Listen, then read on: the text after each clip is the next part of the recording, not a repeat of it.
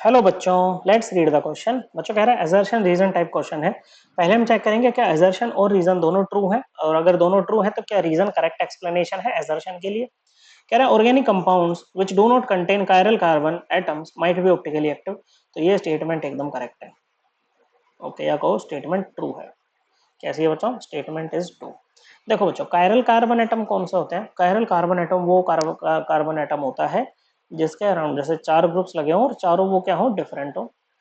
Okay बच्चों, तो कह रहे हैं ऑप्टिकली एक्टिव होंगे। ऑप्टिकली एक्टिव होने का मतलब क्या होता है बच्चों? अगर ऑप्टिकली एक्टिव कंपाउंड वो होते हैं जिनसे अगर हम प्लेन पोलराइज्ड लाइट को पास करते हैं ना तो वो उनको रोटेट कर देते हैं। ओके बच्चों, मतलब डिफ्लेक्ट कर देते हैं, आप ऐसा समझ सकते हो। ऐसे कंपाउंड को हम ऑप्टिकली एक्टिव कंपाउंड कहेंगे। तो मेनली क्या होता है, ऑप्टिकली एक्टिव कंपाउंड्स में कायरल कार्बन होता है। लेकिन क्या ऐसा जरूरी है कि अगर कायरल कार्बन है तो ही वो ऑप्टिकली एक्टिव होगा? अगर कायरल कार्बन नहीं है, कायरल कार्बन एटम नहीं है, तो क्या वो ऑप्टिकली इनएक्टिव हो जाएगा बच्चों? तो ऐसा नहीं है बच्चों, क्योंकि ऑप्टिकली एक्टिव कंपाउंड्स की जो मेन बात होती है ना बच्चों, वो ये रहती है कि उसकी एक non super imposable mirror image exist करनी चाहिए बच्चों। क्या होनी चाहिए बच्चों? कि उसकी एक non super imposable mirror image exist करनी चाहिए। लाइक देखो बच्चों, हम जैसे ये बाइफिनाइल लेते हैं, क्या इसमें कोई कायरल कार्बन होगा? सारे कार्बन ने एक एक पाई बॉन्ड बना रखा है, sp2 हाइब्रिडाइज्ड होंगे बच्चों। ओके, यहाँ पर आपका कायरल में sp3 होना चाहिए, चारों बॉन्ड सिंगल। अब सपोज करो आप यहाँ पर लगा दो NO2 और यहाँ पर लगा दो COH। ओके, देखो सिंगल बॉन्ड है, रोटेशन होती है, लेकिन जब बल्कि ग्रुप हम लगाते हैं ना तो रोटेशन रिस्ट्रिक्ट हो जाती है। यहाँ पर क्या हो जाती है?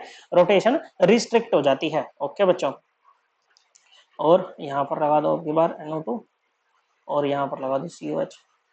तो क्या ये घूम पाएगा? नहीं बच्चों, ये नहीं घूम पाएगा। ओके बच्चों, क्या नहीं हो पाएगा? ये नहीं घूम पाएगा बच्चों।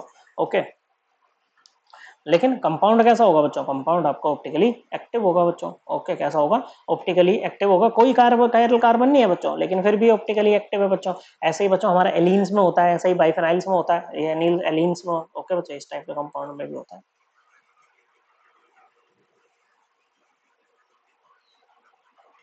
क्या कोई कायरल कार्बन है? नहीं है, लेकिन अगर इसकी मिरर इमेज बनाओ बच्चों।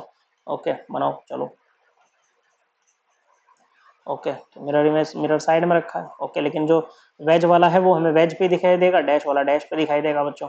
ओके, अब देखो इसको उठा करके लाओ इसके ऊपर, क्या सुपर इम्पोज कर पाएगा? नहीं बच्चों, नहीं कर पाएगा बच्चों। ओके, यहाँ पर CL आएगा। ओके, सुपर इम्पोज नहीं कर पाएगा तो ये क्या होगा बच्चों? ऑप्टिकली एक्टिव होगा। तो ऐसा जरूरी नहीं है कि कंपाउंड के पास में कायरल कार्बन एटम होगा तो ही वो ऑप्टिकली एक्टिव होगा बच्चों। ओके, रीजन वाली स्टेटमेंट में कह रहा है an organic compound is optically active only when it's mirror image, देखो वही बात कर रहा है जो हमने की है, when it's mirror image is non super imposable irrespective of the fact whether it contains a chiral carbon atom or not। तो ये स्टेटमेंट रीजन वाली भी ट्रू है। assertion and reason दोनों ट्रू हैं, and reason is the correct explanation for the assertion।